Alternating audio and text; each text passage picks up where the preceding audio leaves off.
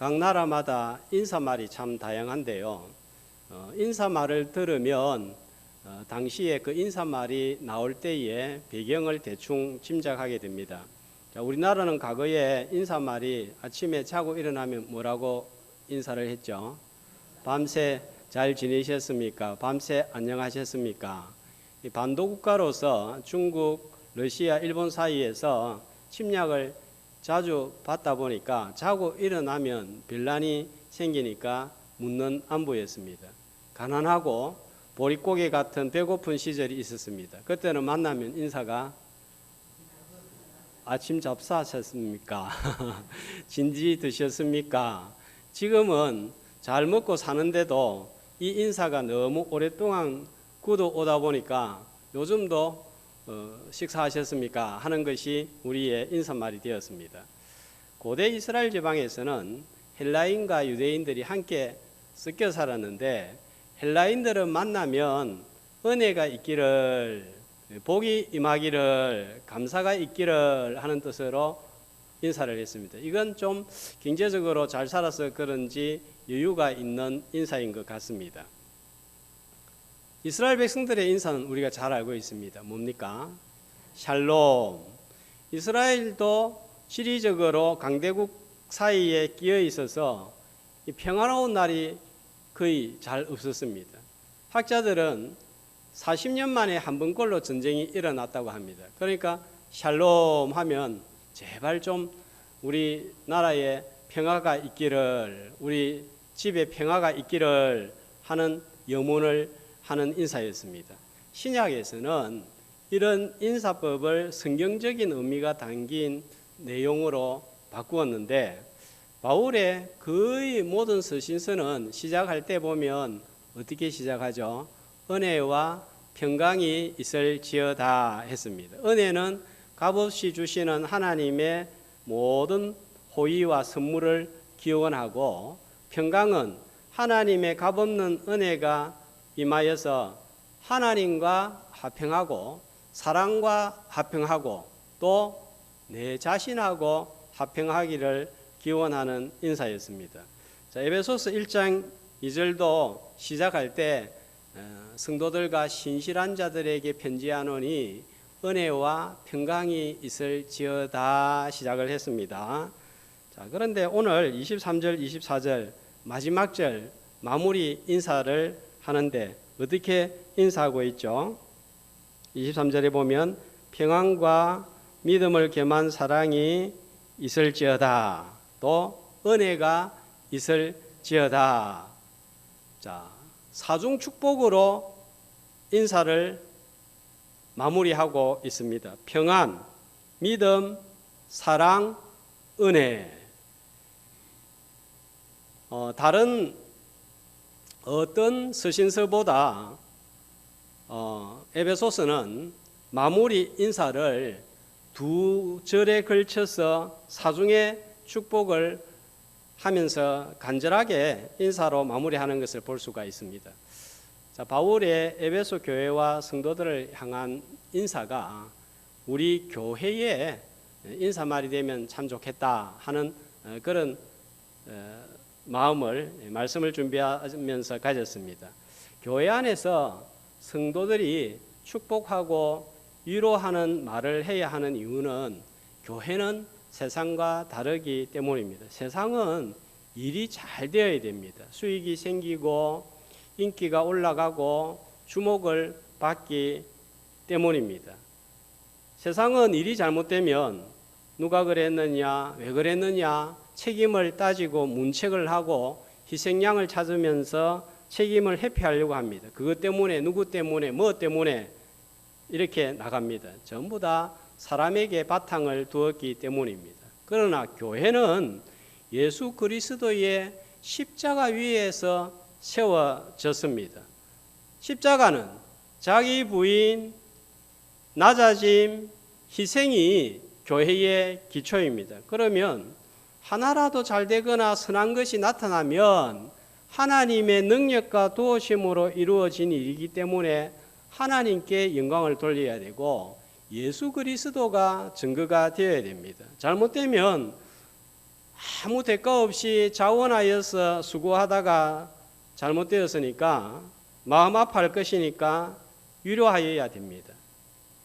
그래서 교회에서는 위로와 축복의 말만 있어야 합니다. 자, 그것이 어렵다면 오늘 하루만이라도 축복과 위로의 말만 있는 복된 주일이 되시기를 주님의 이름으로 축복합니다. 교회 안에서 축복과 위로의 말이 넘치려고 하면 이런 축복과 위로의 말을 하는 사람이 있어야 됩니다. 어떤 성도, 어떤 봉사자, 어떤 사역자가 있으면 이런 축복과 위로의 말이 넘칠 수가 있을까요? 오늘 에베소서 말미에 마무리하면서 우리에게는 좀 생소한 한 사람의 이름이 등장을 합니다. 자, 누군가요? 21절 말씀해 보니까 두기고, 발음이 좀 이상하죠. 저는 처음에 이 두기고 이렇게 읽을 때에 고기 두 마리인가 이렇게 생각을 했어요. 또 이걸 거꾸로 읽어보니까 고기도 하는 소리처럼 들리는 발음이었습니다. 예수님의 12제자 사도 바울, 또 마리아, 엘리사벳, 자, 이름들은 비교적 잘 알려져 있지만 두기고는 모르는 분들이 많을 거예요. 아마 오늘 참석하시는 분들 가운데 두기고라는 사람도 있었나 하는 분들도 있을 것입니다. 자, 이 두기고는 어떤 사람인지 바울이 소개를 하고 있습니다. 도대체 이 사람이 어떤 사람이길래 바울이 로마에서 에베소까지 보내어서 위로와 축복을 전달하고 있느냐 하는 건데요. 20절 말씀해 보니까 이 두기고는 어떤 사람이라고요? 첫 번째로, 자, 21절에 보니까 첫 번째로 두기고는 사랑을 받은 형제라고 했습니다. 자, 사랑을 받은 형제. 우리가 사랑을 받을 때에 얼굴이 살고 또 몸이 살고 살맛이 나죠. 누군가를 위로하고 축복하기 위해서는 반드시 필요한 게 사랑인데 사랑을 받아본 사람이 사랑할 수 있는 거예요. 자, 그래서 가끔 사랑받는 사람은 사랑받을 짓을 한다 하는 그런 말을 듣습니다. 어떤 사람이 사랑을 받을까? 일반적으로 생각해 보면 첫 번째로 인격과 성품이 무난해야 됩니다. 뭐가 나 있는 사람 옆에는 사람들이 잘 가지 않는 거예요. 그러면 찔리고 불편하니까 상처를 입으니까 가지 않습니다. 깎여지고 다듬어지지 않으면 주변에 친구가 별로 없습니다. 교회 안에서도 별반 다르지 않습니다. 너무 내 성격이 주장이 강하면 다른 사람들로부터 사랑받기 어려운 거예요. 잘못된 것을 보면 가만히 있지 못하고 할 말은 다 하고 원칙대로 원리대로 사는 사람을 성격이 뭐 같다 그럽니까? 대쪽 같다 해서 대나무에 비유를 했습니다. 과거에는 이런 사람을 선비라고 했고 이런 정신을 가진 사람을 선비정신이라고 했습니다. 이런 인간관을 이상적인 인간관으로 생각을 했습니다. 그런데 이런 인간관이 꼭 이상적인 인간상은 아닌 것 같아요. 이 대나무는 바람이 세차게 불면 어떻게 됩니까? 이게 툭 꺾여져 버립니다. 아주 강한 것 같은데 너무너무 약한 면이 있는 거예요. 자, 버들나무는 어때요? 뭐 수양 버들나무 보면 특색도 없는 것 같고 사람들이 그렇게 주목하지도 않습니다. 하지만 바람이 세차게 불어도 바람 따라 흔들립니다. 그죠? 흔들려서 저게 넘어갈 것 같은데 넘어가지를 않는 거예요. 부러질 것 같은데 부러지지 않는 거예요. 자, 이게 진짜 강한 거 아닌가 싶습니다. 대나무 같은 사람과 버들나무 같은 사람 중에 어떤 사람이 되고 싶습니까? 어떤 사람같이 살고 싶어요? 저는 전에는 대나무 같은 사람이 좋았어요. 확실한 사람이 좋았고 저도 그런 사람이 되고 싶었습니다. 그런데 지금은 생각이 많이 달라졌습니다. 저 자신도 버들나무 같은 사람이 되고 싶은 거예요. 젊었을 때는 대나무 같은 사람이었다면 나이가 들면 버들나무 같은 부드러운 면을 갖춰야 됩니다. 나이가 들었는데도 저 사람 대쪽 같다 하는 평은 그렇게 좋은 평이 아닌 것 같습니다. 대쪽 같은 사람이 되면 누가 제일 피곤하겠어요? 내 자신이 제일 피곤하고 가까이 있는 사람들이 힘이 듭니다. 다듬어진 성품과 인격으로 사랑을 받는 성도들이 되고 그 받은 사랑을 나누어 주는 두기고 같은 성도, 봉사자, 사역자 되기를 주님의 이름으로 축복합니다. 자, 두 번째로 사랑받으려고 하면 말을 잘해야 됩니다. 사랑받지 못하는 사람을 보면 말을 믿게 합니다. 나는 입은 삐뚤어져도 말은 바로 한다. 자, 이런 분들 참 무서운 것 같아요. 바른 말, 옳은 말을 해야 됩니다. 그런데 분위기 봐가면서 또 마음을 봐가면서 해야 합니다. 기분 좋게 할 수 있는 말을 기분 나쁘게 하는 사람 아무도 좋아하지 않는 거예요. 잠언 20장 15절은 이렇게 말씀하고 있습니다.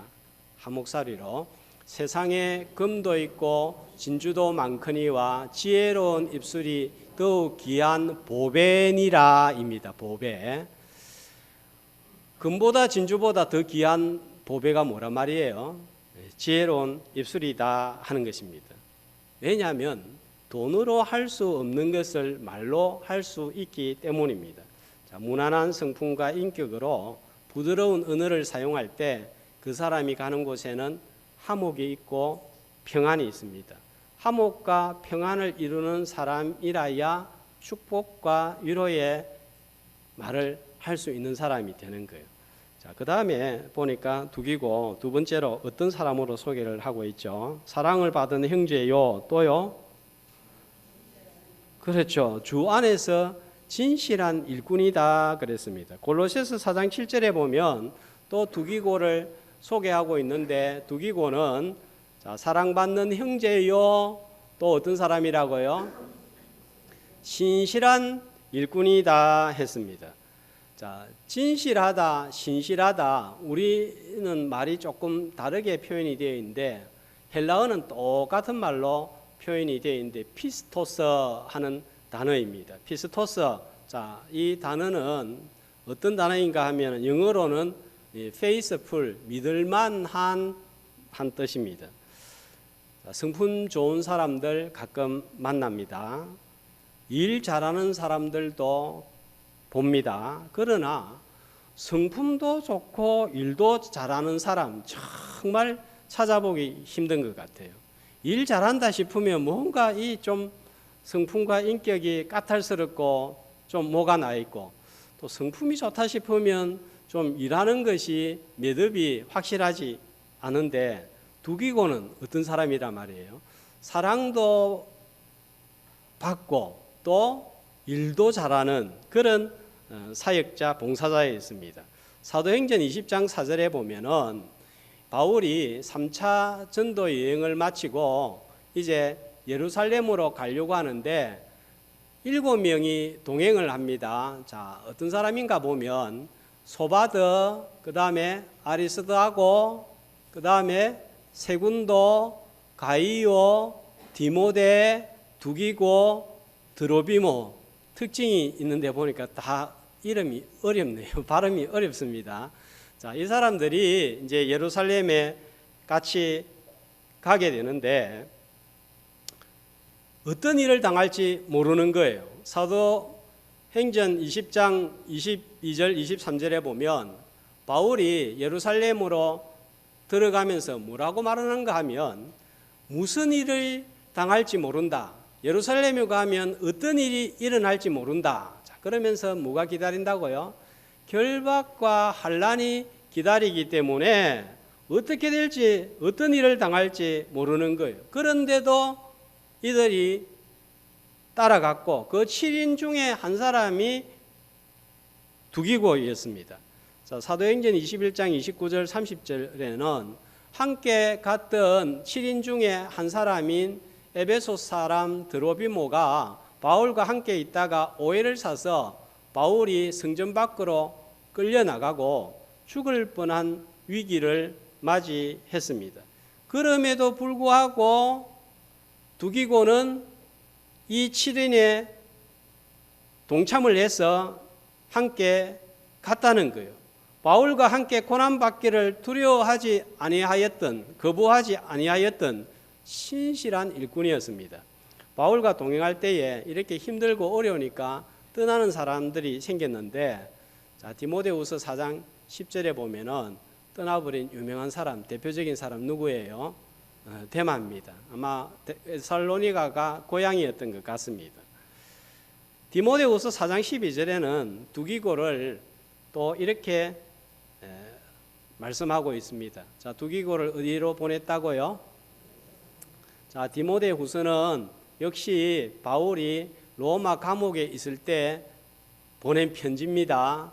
자, 당시에 에베소에서는 누가 사역을 하고 있었는가 하면 디모데가 사역을 하고 있었어요. 그래서 편지를 하면서 겨울 되기 전에 옷가지 하나 챙기고 또 가죽 종이에 싸둔 것을 가지고 빨리 오라. 그러면서 뭐라고 하냐면은 에베소에는 사역자 누구를 보낸단 말입니까?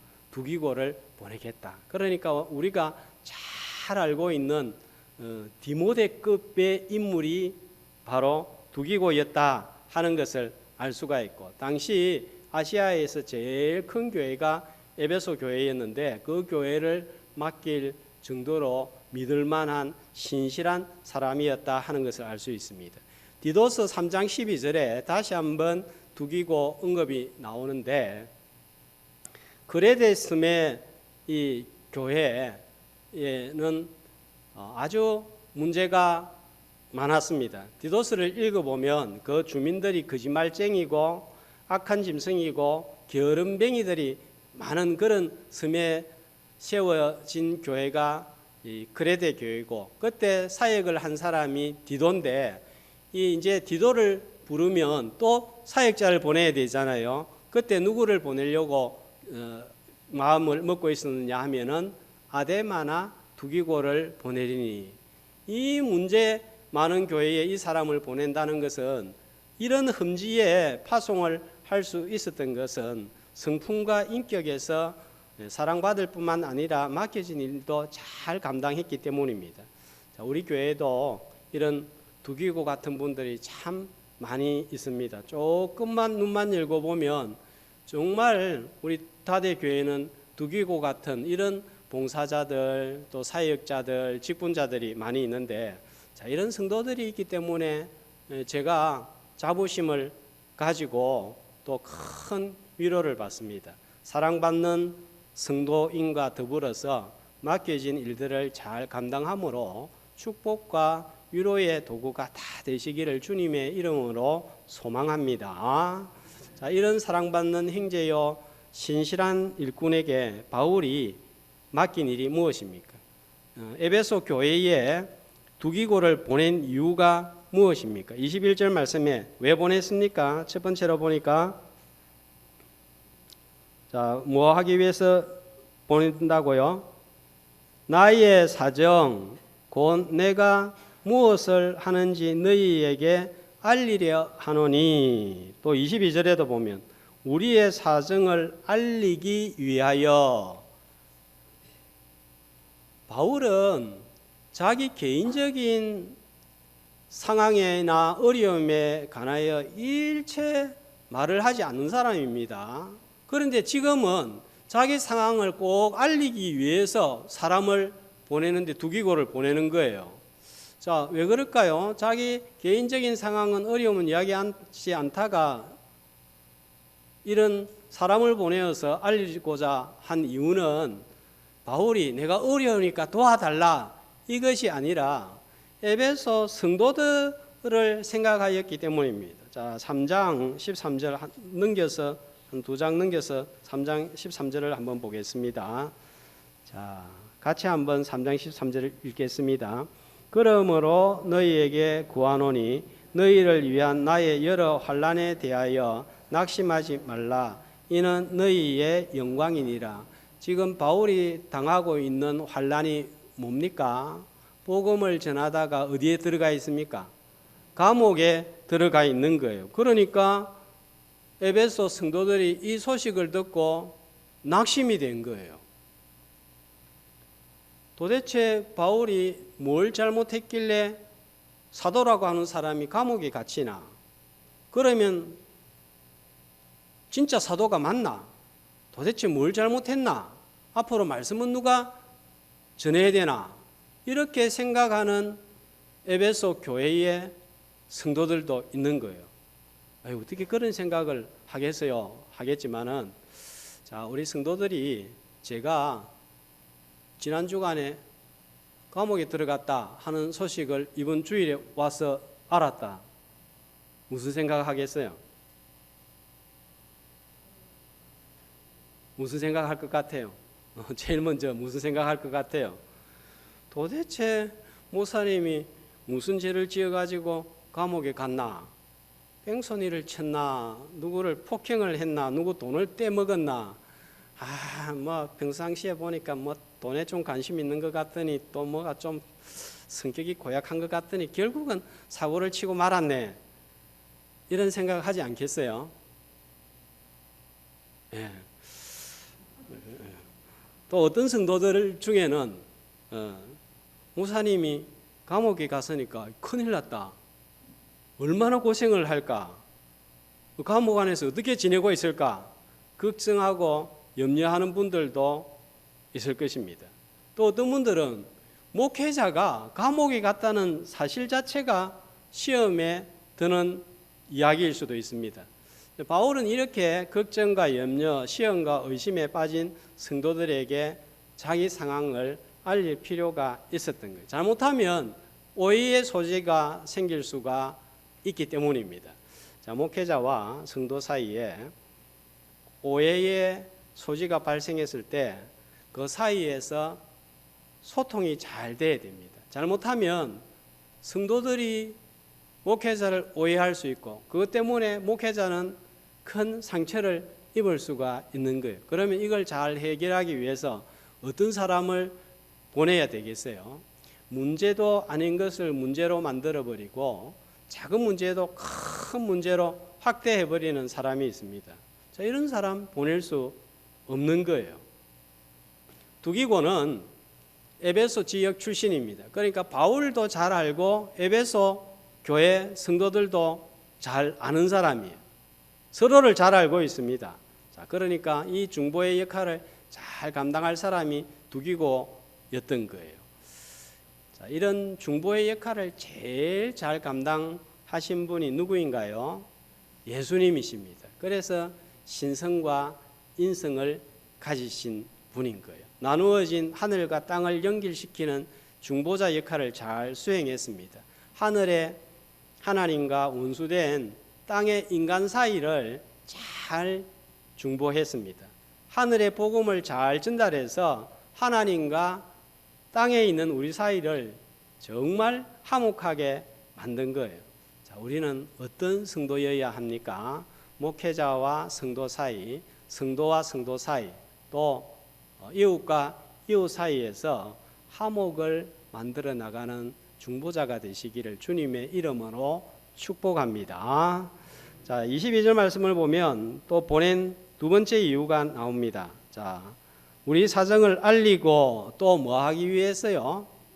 에베소 성도들을 위로하기 위해서, 마음을 위로하기 위해서. 바울에 대한 걱정도 있고 오해도 있을 수 있습니다. 마음이 무거운 성도들도 있습니다. 바울의 상황을 잘 전달해서 걱정도 풀어주고 오해도 풀어주고 무거운 마음도 가볍게 만들어 주어서 서로가 기도하도록 만드는 일을 해야 됩니다. 빌립보서 1장에 보면은 바로 거기 나오죠, 그죠? 에베소서에는 기록이 안 되어 있지만 에베소서 1장 12절 이하에 보면, 빌립보서 1장 12절 이하에 보면 바울이 로마 감옥에서 어떤 일을 겪었는지 쭉 알려주고 있습니다. 13절 말씀, 빌립보서 1장 13절 말씀에 보면 이러므로 나의 매임이, 자, 감옥에 갇힘으로 말미암아 어떤 일이 일어났습니까? 시대 안과 그 밖의 모든 사람에게 나타났다. 그리고 빌립보서 4장 제일 끝에 인사할 때 보면 4장 22절에 보면 특별히 문안을 하는데 가이사의 집 사람들 중 몇이니 황제의 친척까지 믿게 된 거예요. 자, 이런 놀라운 복음의 역사가 어디에서 일어났단 말입니까? 로마 감옥에 있을 때 일어났다는 거예요. 자, 그리고 바울이 감옥에 갇혀 있는 이 일로 말미암아 그리스도가 더 강력하게 전파가 되었습니다. 교회 감옥 밖에 있는 사람들이 복음을 이런저런 이유로 더 열심히 전하게 되었다는 것이고, 또 바울이 로마 감옥에 있으므로 살든지 죽든지 나는 주를 위해서 살고 죽는다 하는 사생관이 생기게 되었습니다. 자, 이런 일들이 전부 다 감옥 안에서 일어난 일이라는 거예요. 자, 이런 소식을 전해줄 때 에베소 성도들 역시 위로를 얻었을 것입니다. 얼마든지 복음을 열심히 전한다고 해도 감옥에 들어갈 수 있구나. 감옥에 들어가는 일이 생겨도 우리 성도들은 우연이 아니라 그것이 큰 유익을 가져올 수도 있구나. 합력하여 선을 이루구나. 지난주 우리가 하이델베르크 교리문답 사도신경 하면서 들었죠, 그죠? 하나님이 고난과 눈물과 역경까지도 변하여 뭘 만든다고요? 선을 만든다 하는 것을 믿는 것이 전능하신 하나님을 믿는다 하는 고백이고 의미다. 그렇게 말씀을 드린 거예요. 이런 소식을 지혜롭게 잘 전달을 해야 됩니다. 이런 일에 두기고가 적격자였다는 거예요. 왜냐하면 사랑이 있는 사역자고 성품과 인격이 무난했고 또 일을 맡기면 신실하게 잘 감당을 한 거예요. 그래서 두기고는 에베소 성도들을 위로할 수 있는 위로자인 거예요. 자, 위로하다 하는 말이 헬라어로는 어떤 단어인가 하면 파라칼레오 하는 단어입니다. 파라칼레오. 자, 여기에서 파생된 명사가 파라클레토스 한 위로자인데, 자, 성경에서 보니까 파라클레토스 위로자 누구신가요? 성령님이에요. 그러니까 위로를 잘 하는 사람은 성령의 지배를 받는 사람입니다. 자, 위로는 무더운 여름에 냉수 같은 역할을 합니다. 자, 두기고 하면 유쾌함 하는 뜻이 들어 있습니다. 두기고가 성도들에게 이런 사람이었어요. 아주 무더운 여름에 냉수같이 시원함을 가져다 주는 위로의 사람이었습니다. 상처를 주는 사람은 더운 여름에 끓는 물 같고 추운 겨울에 얼음 같습니다. 성도와 목회자 사이, 성도와 성도 사이에 어려움이 생길 때 불을 붙여서 문제를 확산시키는 자가 아니라 위로를 전달하는 참으로 유쾌한 성도들 다 되시기를 주님의 이름으로 축복합니다. 자, 또 두기고를 에베소에 보낸 중요한 이유가 있습니다. 오늘 말씀에는 나타나지 않는데 두기고가 에베소로 가면서 손에 들고 간 게 있습니다. 그게 뭘까요? 바울이 에베소로 두기고를 보낼 때 손에 들려준 게 있어요. 그게 뭘까요? 에베소서 편지인 거예요. 자, 그리고 지도를 보면 에베소에서 북동쪽으로 떨어져 있는, 자, 골로새 도시 보입니까? 자, 여기가 골로새 도시인데 에베소에서 160km 떨어졌습니다. 자, 여기도 방문을 했는데 뭘 가지고 왔을까요? 골로새서 편지하고 빌레몬서 편지를 가지고 갔습니다. 자, 이 편지들이 얼마나 중요한 편지입니까? 얼마나 중요하죠? 에베소서, 골로새서, 빌로멘서가 얼마나 중요한 편지예요. 이 편지들이 지금 뭐가 되어 있습니까? 성경이 되었고 하나님의 말씀이 된 거예요. 만약에 두기고가 신실하지 못했다면 이 편지가 전달되지 못했을 것이고 하나님의 말씀을 잃어버리는 상상할 수 없는 결과를 가져오고야 말았을 것입니다. 지금 우리가 에베소서, 골로새서, 빌레몬서와 같은 금보다도 더 귀한 말씀을 가지고 있는 것은 두기고가 그 일을 신실하게 잘 감당하였기 때문입니다. 자, 오늘 이 시간 우리가 생각해야 될 것이 있습니다. 나는 무슨 일로 어디에 보내심을 받은 자인가 하는 것입니다. 주님을 닮고 성령님을 닮은 두기고 같은 위로자가 되어서 위로와 축복을 전달하는 사신이 되어야 하겠습니다. 자, 20절 지난 주간에 보고 제가 말씀을 전하지 않았는데 바울이 어떤 상태에 놓여 있죠? 쇠사슬에 매여 있습니다. 그런데 그냥 쇠사슬에 매인 게 아니고 무엇 때문에 매여 있죠? 이 일을 위하여. 이 일은 뭡니까? 복음의 비밀을 담대히 알리는 일을 하다가 쇠사슬에 매였고, 그런데 뭐라고 합니까? 자기를 가리켜서 사신이라고 하는 거예요. 저와 여러분은 무엇 때문에 매여 있습니까? 무엇을 위하여 매여 있습니까? 돈에 매이고, 사람에게 매이고, 자기 자신에게 매이고, 자기 자신만을 위하여 살아가고 있지 않습니까? 복음을 전하고 교회를 세우고 성도들을 위로하고 축복하는 일에 매인 두기고 같은 바울 같은 하늘나라의 사신들 다 되시기를 주의 이름으로 소망합니다. 자, 마지막으로 바울은 축복을 하면서 마무리하고 있습니다. 자, 어떤 축복이 들어가 있었는지 아까 살펴보았습니다. 제일 첫 번째로 평안, 믿음, 사랑, 그 다음에 뭡니까? 은혜. 은혜는 하나님이 값없이 주시는 모든 선물입니다. 자, 우리가 하나님으로부터 받은 제일 귀한 선물은 구원입니다. 그런데 이 구원을 어떻게 얻습니까? 이 구원을 어떻게 얻죠? 믿음으로 얻습니다. 그죠? 에베소서 2장 8절 말씀에 의하니까 너희가 그 은혜에 의하여 믿음으로 말미암아 구원을 받았으니. 그런데 이 믿음은 어디에서 난 거예요?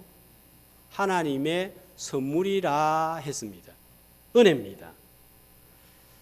믿음으로 우리는 구원을 받고 선물로 받았습니다. 자, 구원받은 사람은 어떤 사람인가 하면 하나님과 화해한 사람이에요. 자, 여기서 평안은 그냥 단순히 뭐 사람들하고 잘 지낸다 이게 아니에요. 원수되었던 하나님하고 내하고 화목하게 되었다. 자, 그렇게 하나님과 화목하게 된 사람은 반드시 옆에 있는 사람과 화목해야 되는데 그게 열매인 거예요. 그 다음에 다른 사람하고는 잘 지내는데 누구하고 제일 잘 지내야 될까요? 내 자신하고 제일 잘 지내야 되는 거예요. 이 세 사람의 특징은 하나님과 화평했기 때문에 사랑과 화평하고 자기와 화평한 거예요. 평안의 소유 여부는 그가 하나님의 은혜를 입은 구원받은 자인지 아닌지 판단하는 시금석이 됩니다. 이 화평한 사람은 반드시 열매가 나타나는데 그 열매가 뭐냐 하면은 바로 사랑이라는 거예요. 믿음을 겸한 사랑이라고 했습니다. 믿음이 없는 사람은 진짜 사랑을 가질 수 없기 때문입니다. 하나님이 도무지 자격 없는 나를 사랑하셨으므로 그 사랑을 받은 자녀가 되었기 때문에 옆에 성도, 이웃, 때로는 내가 볼 때 저 사람은 진짜 사랑받을 자격도 없다는 사람마저도 사랑하는 거예요. 자, 이런 사랑이 가능할까요? 평안, 믿음, 사랑은 사람이 만들어내거나 줄 수 있는 것이 아닙니다. 그래서 오늘 이 평안, 믿음, 사랑의 출처를 23절에 밝히고 있는데 어디에서부터 오는 거라고요? 23절에 보니까 아버지 하나님과 주 예수 그리스도로부터 평안과 믿음을 경험한 사랑이 형제들에게 있을지어다. 결심해서 결단해서 한 며칠 사랑하고 마음이 평안할 수 있는지 모르겠습니다. 그런데 그것도 깊이 들어가 보면 자기 사랑에 불과한 거예요. 진짜 사랑이 아닌 거예요.